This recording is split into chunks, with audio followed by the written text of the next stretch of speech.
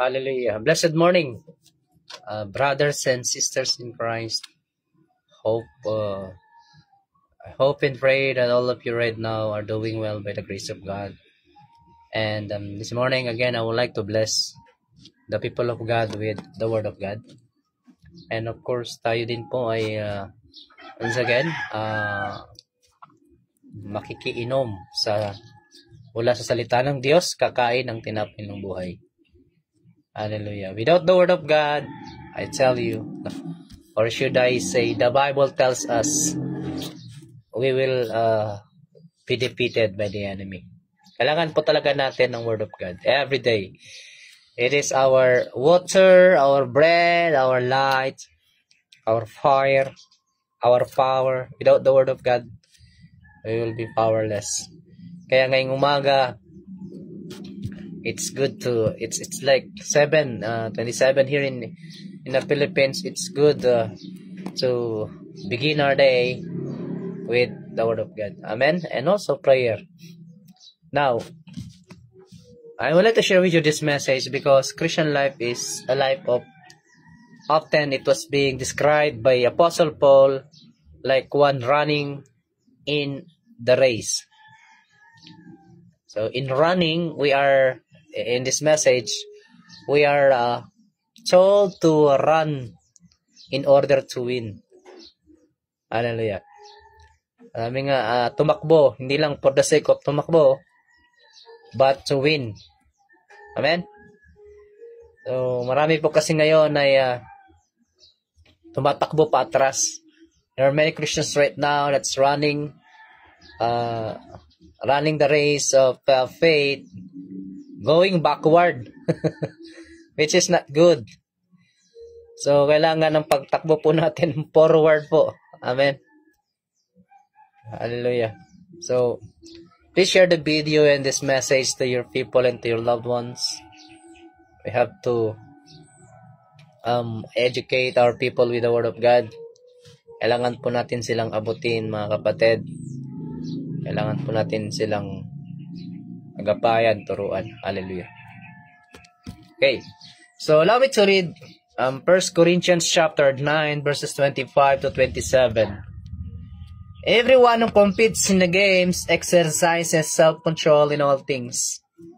They then do it to receive a perishable wreath or crown, but we Christian, an imperishable. Therefore, I run in such a way as not without aim. I box in such a way as not beating the air. But I discipline my body and make it my slave, so that after I have preached to others, I myself will not be disqualified. This was Apostle Paul. And in his message alone, we're going to have four ways to win the race of salvation. That's why this message again entitled, Run to Win the Race. Do not just run for the sake of running, but win. Nung pinag-aaralan ko po, while I was studying this text, I misunderstood this actually. I thought that those who are in this race are both Christians, are all Christians. Meaning, sa track and field, meron po yung mga course. In track and field, there are courses there, and like 7 or 8. And each course, there is the athlete at competitor yung mga competition yun. I thought that mga Kristiyano yun nagko-compete. But no. That is that is not how Apostle Paul portrayed this. In fact, yung competition natin dito is not Christians. Otherwise, maglalabanan tayo, no? Parang isang salvation. Kung sino makauna, save. Kung hindi makakuha, perish. Ganun ba yun? Hindi. Parang human effort na mangyari. Hindi po. Yung kalaban natin dito, na gustong kunin yung gift of salvation ng Diyos, gustong unahan tayo ay ang Diablo. Of course, hindi naman sila maliligtas eh. Ang gusto lang nila, mapahamak tayo. What's the use of running if there's no reward? What's the use of aiming to finish the goal if there's no benefits for that? So, This race is the race of salvation. That is our great reward, the greatest gift of God. We call that reward because in this picture, in this context, ginamit siya as the goal why you run. And here, we're going to discuss about how to win, how to run in order to win the race of salvation. First, sabi ni Apostle Pablo dito, you have to exercise self-control in all things. You have to exercise self-control in all things. Yung word na self-control dyan is the same as temperament or self-restraint. Yung Greek word niya na ekratenomai. Ekratenomai. Okay? So, we have to learn to control ourselves. To control ourselves, it means to know when to stop it or when to let it go. So, hindi lang ito yung self-control na puro pigil. To control oneself, you should know when to release your emotion, when to stop it, or parang alam mo yung aso, kailangan mo siyang pigilan. Otherwise, mga God. That is what it means to have self-control. And in all things. In all things means all things. All things that has to do with our life in this world. Ito yung kadalasang kulag sa atin, self-control. Sa maraming Kristiyano. And nobody can perfect this one. Walang makaka-perfect po dito sa exercise nito. That's why this exercise should be done daily. Are you with me? Yes po, dapat po yan ginagawa araw-araw, yung self-control na yan. Hindi po yan na yung once and for all. That must be a daily walk with Christ. That must be our, sabi nga aim. Sa King James, ang ginamit na word is, every man that strives for the mastery is temperate in all things. Imagine that, yung word na mastery. Yung to struggle. Yung gusto daw manalo, kailangan meron kang temperament. Yan. Yung pag tinignan mo po yung gumamit ka ng concordance, yung word na kratiomahi ay it means to exercise self-restraint, semicolon, in diet, talking about food, and in chastity. So, unang panahon, ito yung problema ng mga taga-Korinto. Pagkain, lack of discipline sila. Hindi remember when in First Corinthians alone in chapter 11, doon natin kadalasan tinitake yung text para sa Holy Communion. Ginagawa po nila yan ang literal doon, at ang number one problem ng mga taga-Corinthian, and in fact, some of them died untimely because of ignorance. Hindi sila marunong mag-perform ng maayos ng Holy Communion. So, hindi pa nakagather lahat. May lasing na, yung iba busog na. Ganun, kasi literal po yung Holy Communion nila doon. Talagang hapunan. So, yun yung problema ng Corinthian people. Lack of restraint. Hindi nila mapigilan yung kanilang tiyan na kumain ng kumain. At of course, meron ding involvement ng sexual immorality. So, both some of us, we might not be weak in that particular area. Hindi ka man, ako kaya kong sa umaga kape lang po. I have no problem with whether I will eat bread or no solid food in the morning. That's not my problem. Compare sa iba, maring yan sa inyo po, maring yan ang problema nyo. But it doesn't mean na magaling ako sa inyo, no. Mayroon akong weakness. That I have to master myself. I have to control myself. Some might be weak in money. Some might be weak in sexual immorality. Some might be weak in food. Some might be weak in their character, in particular, impatient. Yung iba naman ay yung uncontrolled anger. Iba-iba po, no? Iba-iba. Yung iba naman, depression. The point is, we have to control ourselves from not allowing that weakness to destroy us or stop us from running the race until we finish and win. Yun po yun. Because otherwise, if we will not exercise self-control, kahit ganong kalayo yung matakbo mo, one way or another, the enemy will always have the parang hold in you, in us, na mapipigilan tayong matapos yun. Babagsak din po tayo. Are you with me? I remember in the book of Ecclesiastes, it says there that greater is he that can control himself than one who could subdue a city. Mas malakas daw, mas dakila yung taong kayang pigilan ng sarili, kontrolin ng sarili, kaysa sa kanya na kayang pabagsakin ng isang syudad.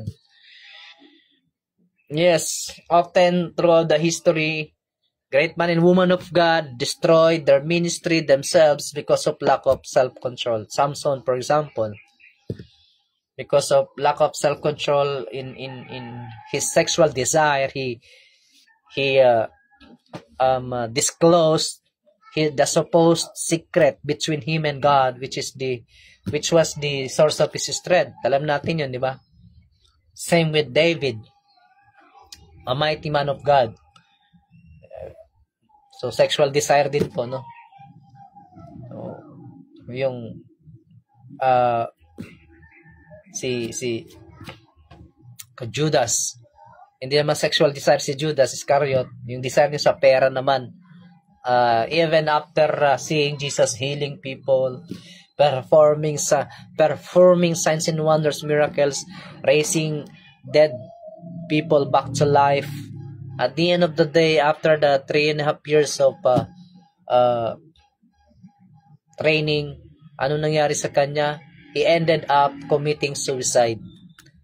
Why? Because his heart was not totally being given up to God. Merong area ng puso niya na kinain siya ng nagnanakaw siya. So, yung kanyang pananampalataya ininis nung tinalo nung kanyang fleshly desires. And because of that, we have to be very careful. So, kailangan po natin mga kapatid na mag-self-control. In fact, self-control is one of the fruit of the Holy Spirit. You know that? The fruit of the Spirit is love, joy, peace, patience, kindness, faithfulness, then sa panghuli yung self-control. And without self-control, we will going to have problem after problem. Lalo na sa decision making, no? There are people, great man and woman of God na naging impulsive pag galit. I remember yung mga sabi nila, wag kang basta do not make a big decision when you are angry or sad, or meaning when you are emotionally troubled. You have to be silent during that time. So, lalo na kapag ikaw ay nasa authority. Remember the king. Pagka nagagalit ang hari, ay syempre may full authority yan. So, delikado kapag wala yung self-control. Pagka naisipan niyang salakayin ng isang syudad, so imagine that dahil galit ka lang, nainis ka lang, so papatay ka ng maraming tao. Self-control is very important. In the ministry, mga kapatid, lalo na, ministry meaning you will be facing people, you are facing people, you are leading people, you are accountable, responsible for them. So what you will say, what you will do, eventually will going to have impact in their lives, and it's either they will be blessed or perish because of what you say and what you do. So be careful. We pastors, church leaders, should know how to exercise self-control in everything, in all things. Amen. And without that, there's always a hold of the enemy against us. Kaya Apostle Paul was one of the example here. In fact, one of the encouraging and at the same time admirable to this man was when he decided to when he decided to stay single for the sake of the gospel. Are you with me? Kaya napakalaga po ng self-control. Those who lack this character will end up it's like kahit gaano ko, para kang barko, kahit gaano kalayo yung ma-travel mo, marating mo, kung meron kang butas, eventually you will sink, lulubog ka. So self-control is like a hole in our the lack of this weakness is like a hole in our behavior.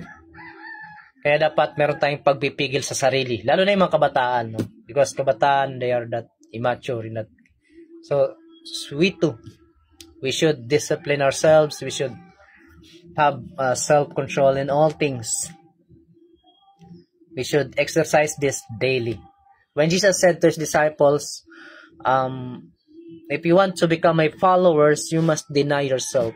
It's like denial, self-denial in that passage means you have to day by day walk with Jesus, thus controlling your resisting your old nature, sinful nature. Hindi naman totally nawawala yun in an instant. 2 Corinthians 5:17 says, if anyone is in Christ, is a new creation. Behold, all things has gone, new things has come. But yung word na the all things has God, it means you've been born again. Your spirit has been renewed instantly, completely. But your mind, your emotion is still in the process of being sanctified. And your body is yet corrupted. Kaya nasa pakipagdigma pa tayo dito. Hindi pa tayo perfecto completely. Our perfection will going to happen at the coming of Jesus. That's why the promised salvation is still a promise. It must be fulfilled at the coming of Jesus. Marami yung iba nagkakamali sa pangunawa about salvation and thus believing na once you get the promise, you will always have that promise. No. That's why Jesus requires all of us to remain in Him. And to remain in Him means to be able to control oneself. To be able to bridle your tongue just when your tongue will going to speak out, cursing, evil words. Yan ibig sabihin ng self-control eh. For example, anger. Anong sabi doon ng James? Let us take a look at the book of James. James, let everyone, anong sabi doon? Learn to what? Learn to quick to listen, slow to speak, and slow to anger. That's, I think, in chapter 1, verse 19. Right? Because the anger of man, there is the anger of the Lord, which is holy, but the anger of man does not produce God's righteousness. So tayo, paggalit, kadalasan, kung ano na lang, alam mo yun? So if you are angry, bridle your tongue. Pray. Dahil kung hindi ka marunong magpigil sa sarili mo, every futile word na lalabas sa bibig mo, sa bibig natin, that will make us sinning against God. So bridle your tongue. When you are angry, sabi ng Ephesians 4 26-27, be angry and not sin. Do not let the sun go down on your anger. Do not give place to the devil. And it means if you are angry towards your neighbor, your loved one's spouse, whatever that is, you must, before the sun would go down, you have to reconcile. You have to forgive.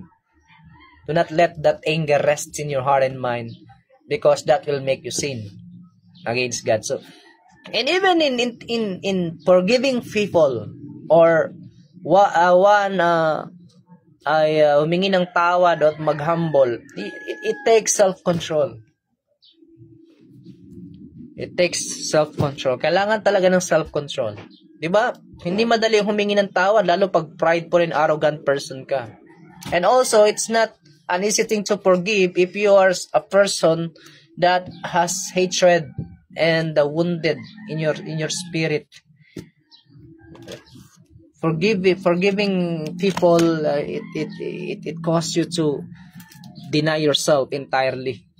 Amen. So exercise self-control. That's very important. Especially when you are again about to make a decision, a big decision. Yung mga hari sa history ng Israel, they fail in this one. Even Noah himself, when he became victorious over the flood, he and his family alone were survived. Yet he failed to control himself. He made himself drunk, and because of that, Ham disgraced him. Diba? Yung kahubad siya doon sa sa kuweba. Mainom siya. Pinahiya siya nung kanyang anak. That's his failure. Of course, kasalanan yun ni Ham. Disrespecting your parent is dishonoring God. But nevertheless, may pagkukulang din doon si Noah. So the point is, we have to abide in this teaching of Apostle Paul. If you want to run in order to win the race, again, do not just run, but win the race. First, you must exercise self-control in all things. In money, in food, in sexual desires, in your desires read about it, if it has to do with your career or so whatever it is, exercise self-control in order to be able to establish God's righteousness. Number 2, second thing that we have to do in order to run and win the race. Number 2, you have to look for the eternal reward or crown. Eternal crown. Hallelujah. Sabi ni Pablo dito, everyone who competes in the games exercise, okay, verse 26 or 25, the second clause, those who are athletes, they run and exercising self-control, they do it to win, so as to receive a perishable wreath or crown. Yung mga athlete, they exercise self-control, they run aiming to win.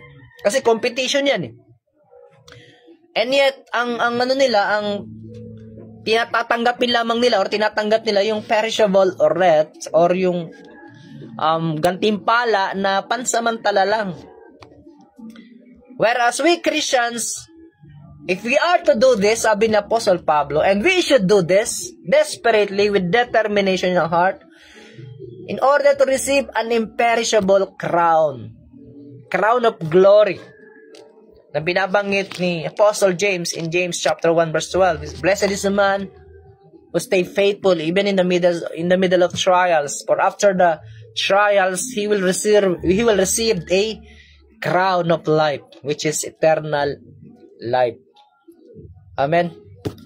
So, we have to, kumbaga kung sila, determined sila, passionate sila, motivated sila, just to make themselves famous, yun yung mga athlete, kasi pag nanalo ka, of course, materially, financially, socially, your life will be changed, but all of them are just temporary.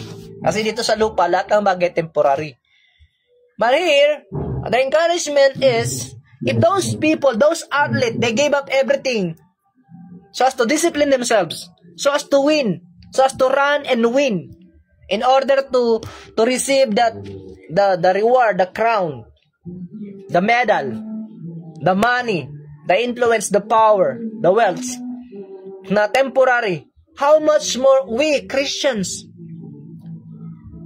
Should we not run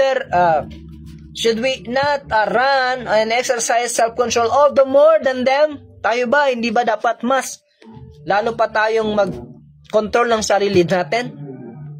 You see that? So, when you run, look for the imperishable crown. Look for the imperishable reward.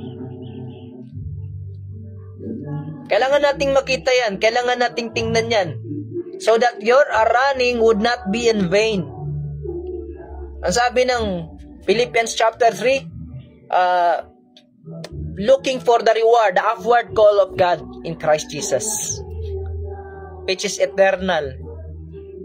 Amen? So, saglit lang po lagyan natin ng caption itong ano natin.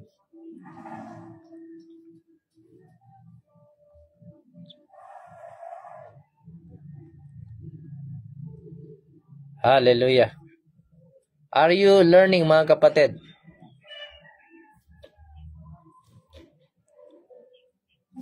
Ayan. Okay? So, tuloy po tayo. Look, while running, exercising self-control, look for the imperishable reward or crown. Hindi pwedeng tumatakbo ka, nasa kaliwa, nasa kanan, yung pananaw mo, paningin mo. No, walang ganun. You have to focus on your goal. And in your goal, there is the reward. Hallelujah. Meron kasi mga tumatakbo, basta makatakbo lang. Kumbaga, basta matapos ko lang to, okay na ako. No, do not just finish, but win. Well, in fact, in 2 Timothy chapter 4, yung sinabi ni Pablo, I finish my race. Yung word na finish naman doon, nasa konteksto yon ng victory. Kasi ang diablo, gusto ka niyang pigilan, wag mo matapos yung iba naman yung ito kasi ang idea dito is you are to do everything just to win the race. Doon naman sa kabila, you have to do everything just to finish the race, no? Ang ano dito, ito, in-encourage tayo na makuha yung reward kasi may kalaban tayo eh. Doon naman, in-encourage tayo tapusin yung takbuhin in spite of the struggling. Remember Paul, 2 Timothy was the last letter being written by Paul. And then in that letter, Paul explains to his disciple Timothy ano yung mga naranasan niya, yung mga sufferings niya. But of all those things na naranasan niya, still, ang kanyang aim is to finish the race. And according to him, ito na yung aking huling sulat. Ako ay aalay na. Same with Apostle Peter's second letter. Sinabi niya sa mga kanyang hearers na mamamatay na ako, uuwi na ako sa aking palagyang tahanan.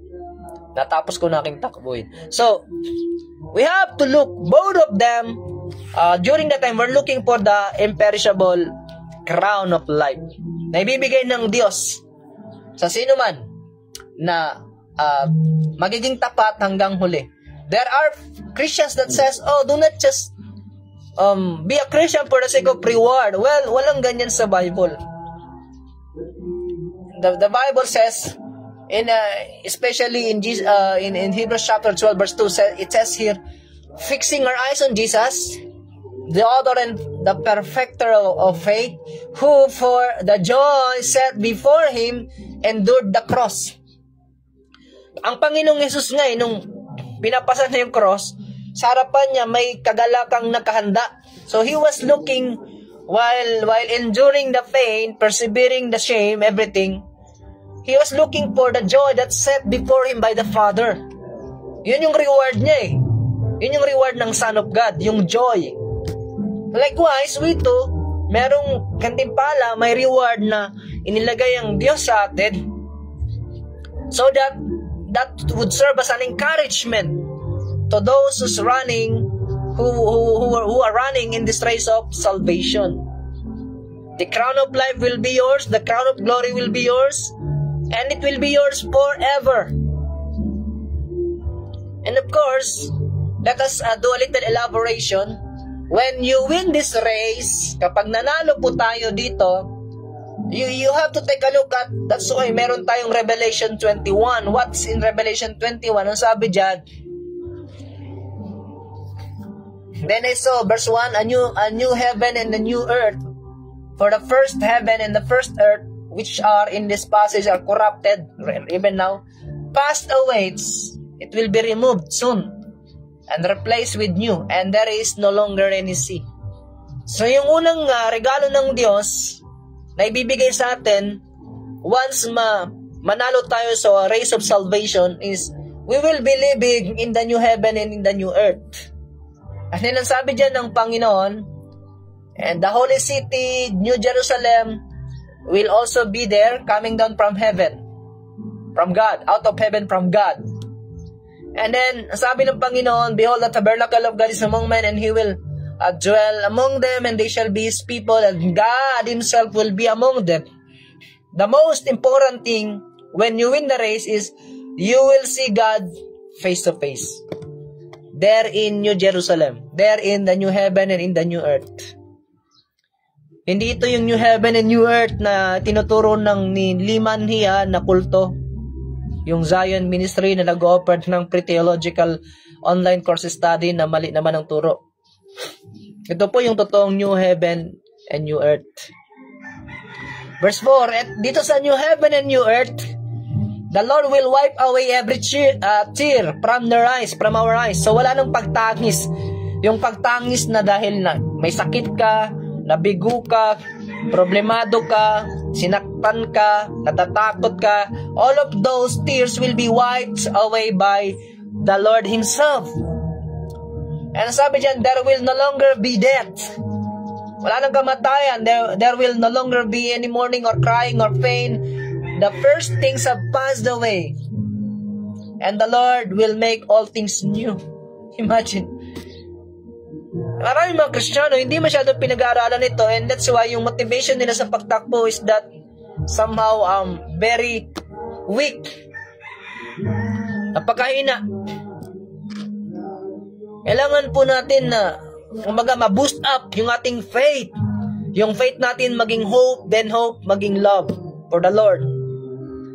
So, wag ka lang yung ayoko na sa earth, gusto ko sa heaven kasi magulo no? Hindi yung parang ginagawa mong takbuhan ng langit. What if yung earth magbago? Then suddenly yung poverty mawala, palitan ng prosperity. Dito na muna ako, ayoko muna sa heaven. Ganun ba yun? Di po, maling motivation yung do not just be in heaven. Do not just desire to be in heaven for the sake na tatakas ka lang sa lupa. But rather, desire to be in heaven simply because that is our eternal place. That is our imperishable portion. Place of reward. There in that place, we will live for eternity. There in that place, we will be forever young. We will be forever peaceful. We will be forever worshiping God without interruption. We will be forever knowing Him, having a mind that is complete and has no limitation, accumulating, acquiring God's knowledge for eternity. So, that is the right motivation in going to that place. Romans chapter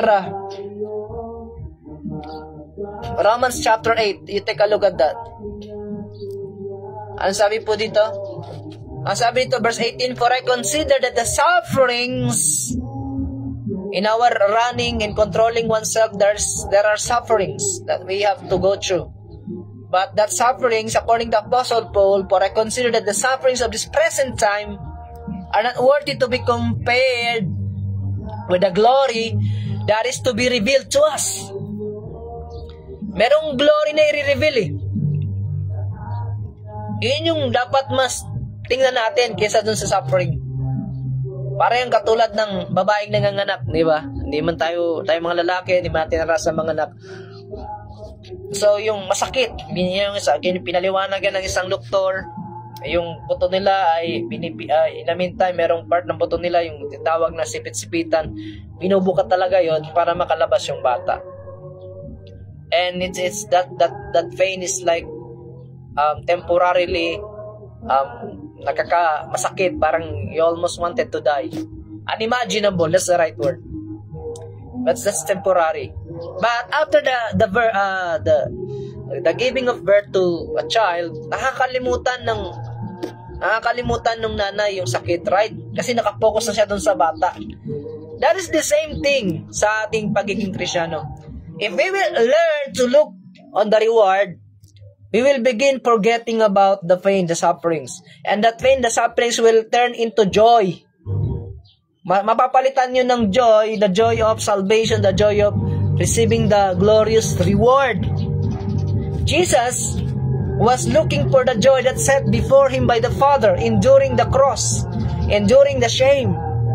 Nararamdaman niya yung sakit, nararamdaman niya yung naririnig niya yung panghihiya, panghahamak, but he managed to just ignore them because he let himself be captured by the joy that was set before him. In the same way, we should do the same. We should imitate the Lord here. Gayahin natin ang Panginoon dito. Because of the joy set before him, he endured the cross. Likewise, because of the imperishable crown that eternally will be ours, we can be able to endure, exercise self-control in all things, winning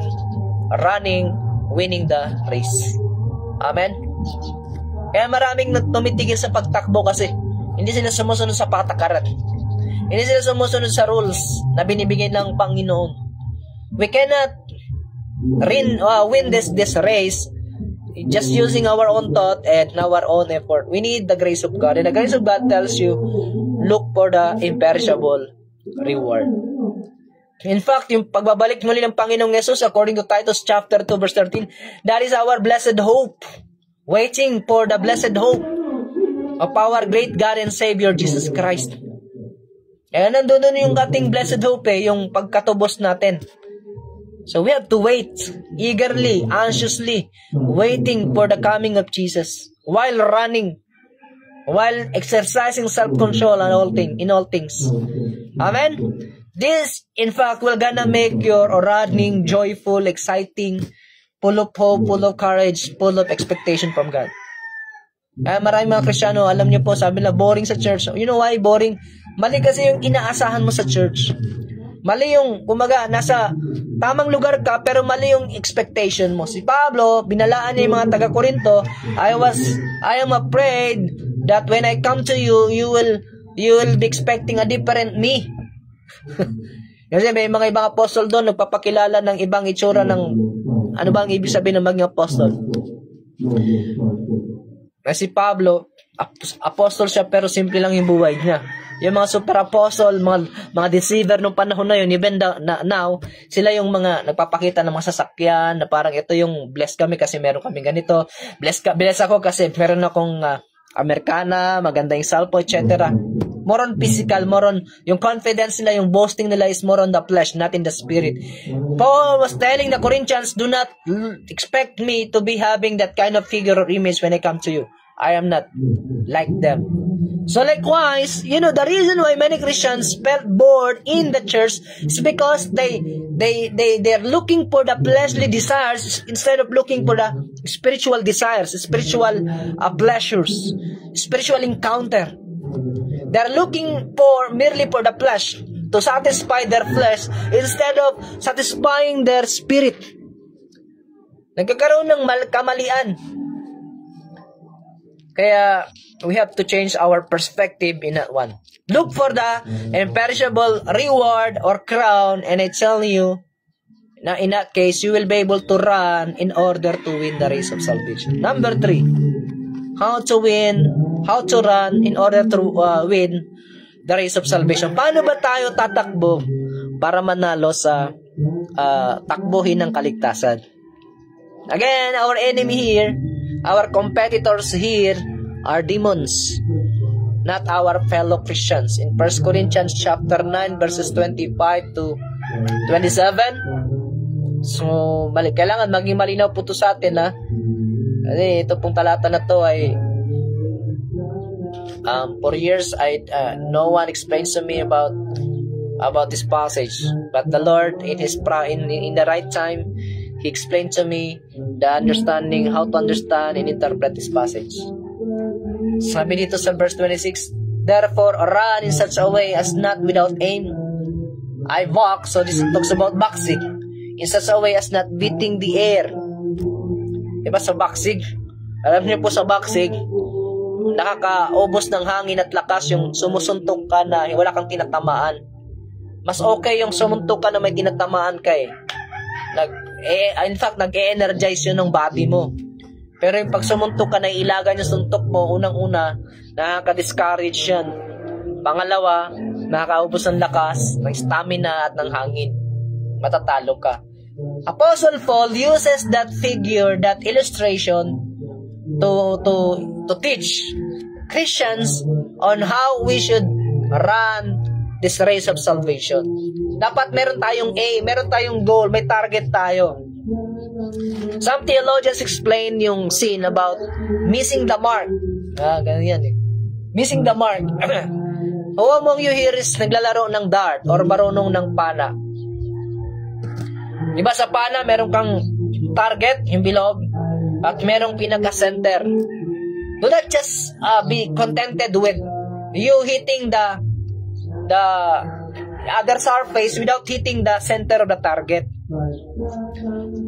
Sa dart, ganun din po. No, meron yung yung tinatawag na bullseye. Dapat nabubullseye natin yan.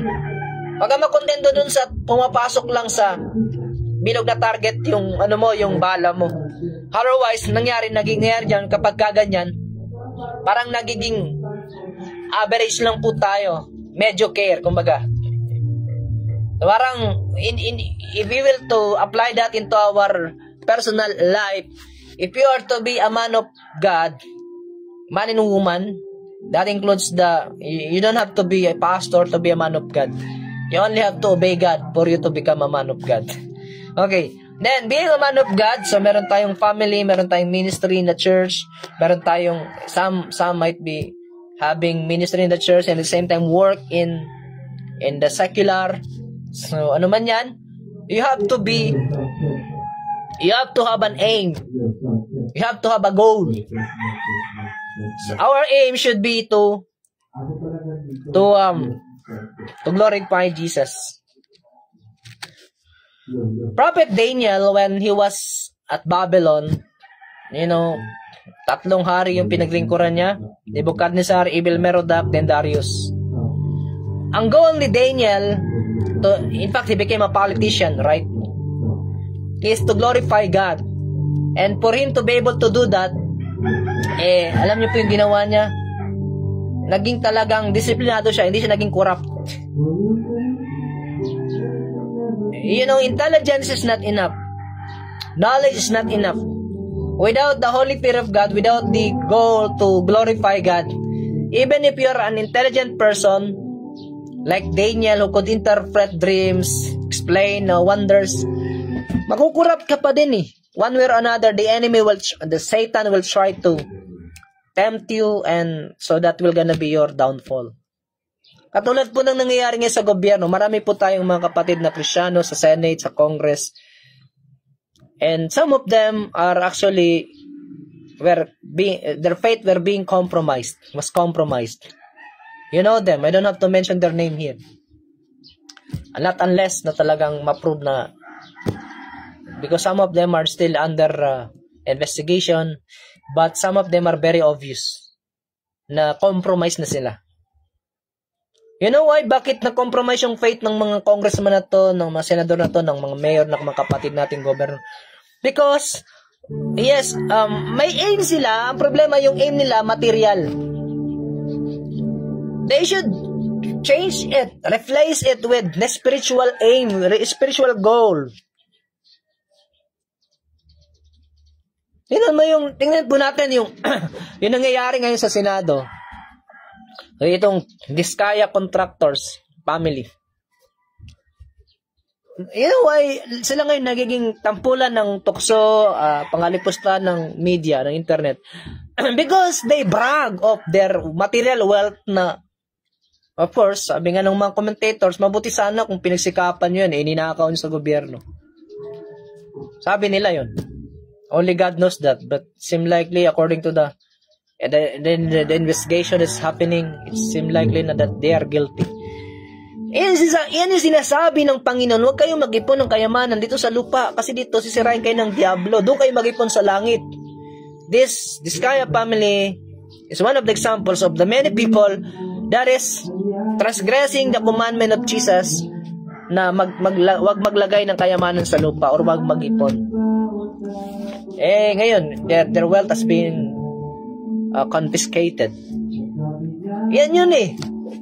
So we Christians should not do the same thing that they have done. If we are to accumulate wealth, money, and power, it should be for the sake of glorifying God. It should be for the sake of glorifying Jesus. So we have to run with an aim to glorify Jesus. In this world, when you preach, you run. But that will only happen when you preach by faith and with faithfulness. Si Apostle Pablo, nangaral siya, in fact, sa Corinthian Church, may mga time hindi talaga siya tumanggap ng financial support sa kanila, pero sa ibang church tumanggap siya. Kasi ito pong church na to, may problema ito. Malaki problema ng church na ito. Although they were gifted in power and in spiritual gifts, but nevertheless, they are immature in their thinking. Ito yung church na tinayo ni Pablo na medyo nahirapan talaga siya. That he has spent like 3 years, at times 6 months pa. Gabi-gabing tinuturuan sila, and yet yung mind nila isang tagal ma-convert. Kaya ito yung church na kung saan wala siyang tinatanggap, that he and his companion had to work as a tent maker to support themselves. Marami namang mga ganyang church, pinababayaan yung pastor, and the pastor should endure, should persevere until sa time dumating ang blessing ng Panginoon. Dahil kung hindi tutugon yung tao una niyang tinawag to support his ministry, yes, the Lord will going to call out other people. Yung unang tinawag, mawawala ng blessing yun. Yung tumugon, yun ang pagpapalain. But the point is, sino man ang gamitin ng Diyos sa ministry natin, we have to continue running the race with aim. Our aim is to finish and win. And for us to be able to finish and win, we have to glorify Jesus in all things. To glorify Jesus in all things, we have to abide in Him. We have to seek Him every day. We have to agree with Him. We have to obey Him in all things. Our target must be clear to us. Dapat malinaw po sa atin yung target natin. Don't be distracted. Deuteronomy 5:32, do not look on the left or the right. Your perspective must be focused on your goal. Nakapokus tayo dapat sa ating target. Ang target ko, maging mahusay na preacher, motivated by love for the souls of people na mawiwin. If I can make myself a good or a better preacher or teacher, if you're a prophet, to prophesy faithfully, sharply. If you're an apostle, to found the church with power and strength provided by the Holy Spirit.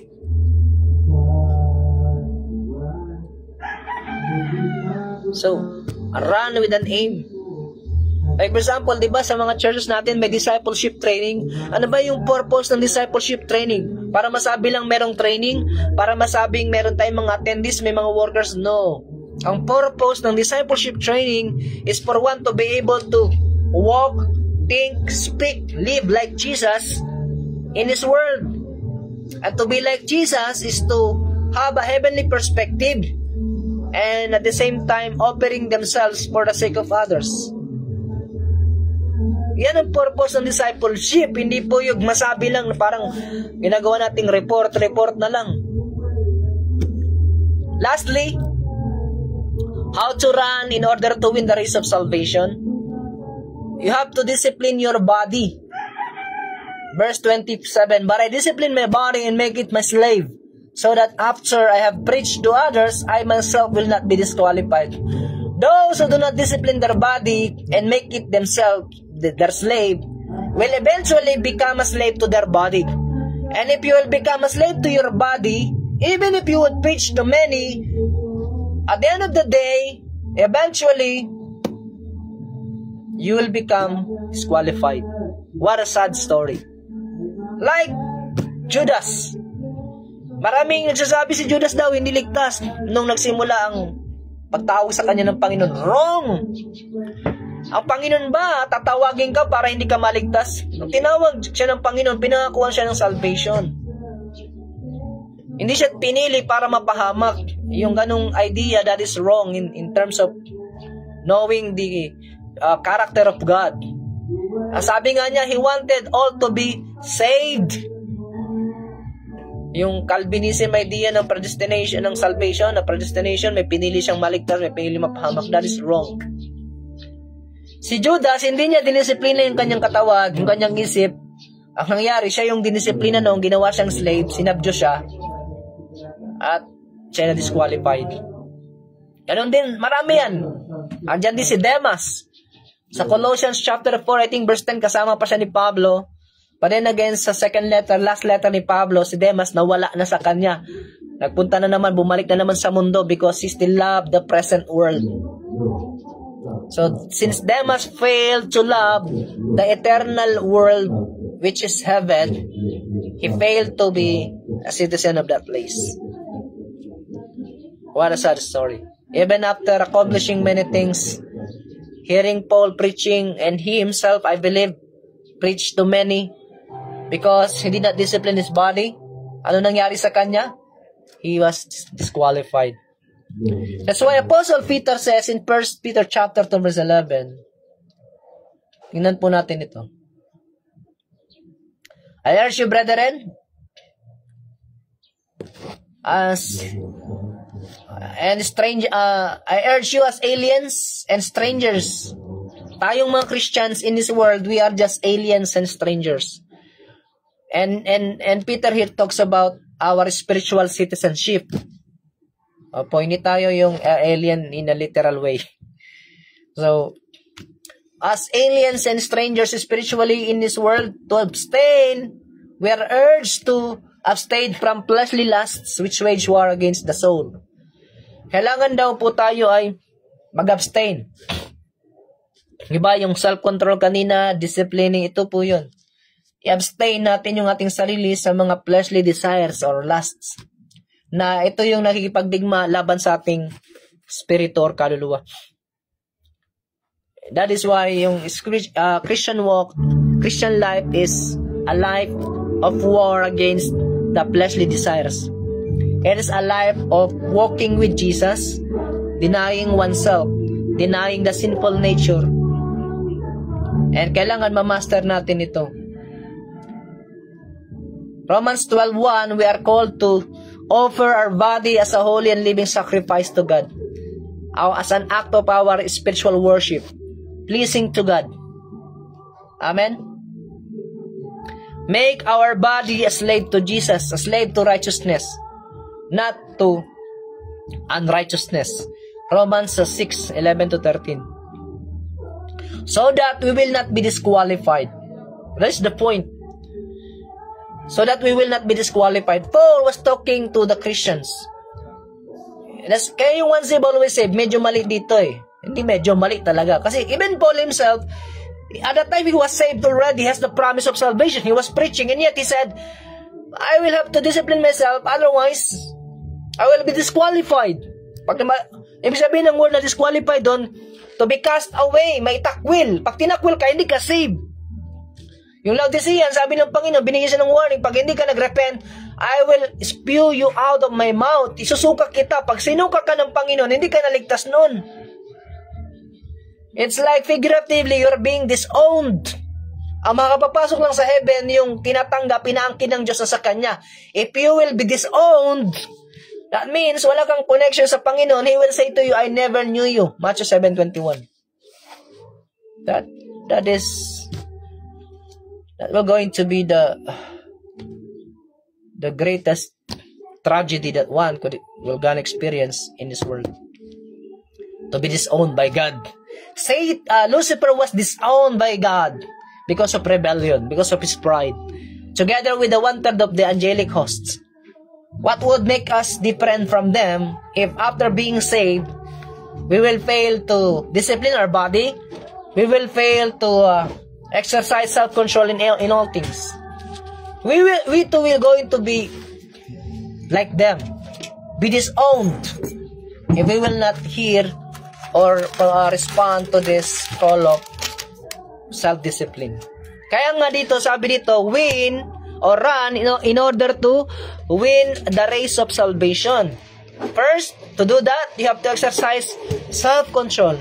Second, to do that, you have to look for the imperishable crown of life or reward. The wages of sin is death, but the gift of God is eternal life. Third, you have to run with an aim, and our aim is to finish and win. That is, daily we have to glorify Jesus. That will gonna be the only way for us to finish the race and winning. To glorify Jesus in all things. Lastly, to discipline our body. If you want to run in order to win the race, you have to discipline your body. You have to make it your slave. And not your body making you a slave.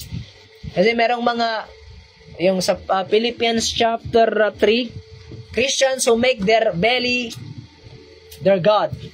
Tawag sa Tagalog niyan, Kristiyano. Kristiyano, yung malala niyan, Kristiyanak. Yung mga nag-aasal, hayop na uli. So that's just it for today. Let's pray. Father God in heaven, thank you once again for reminding us that our Christian life is a life of race. We should constantly, continuously running, not just for the sake of running, but in order to win the race of salvation, thus receiving the reward of righteousness, the crown of glory, and the eternal life that you promise to those who love you and will faithfully serve you. In the name of Jesus, thank you for this message. Amen. God bless you. Please share the video, the message. Shalom.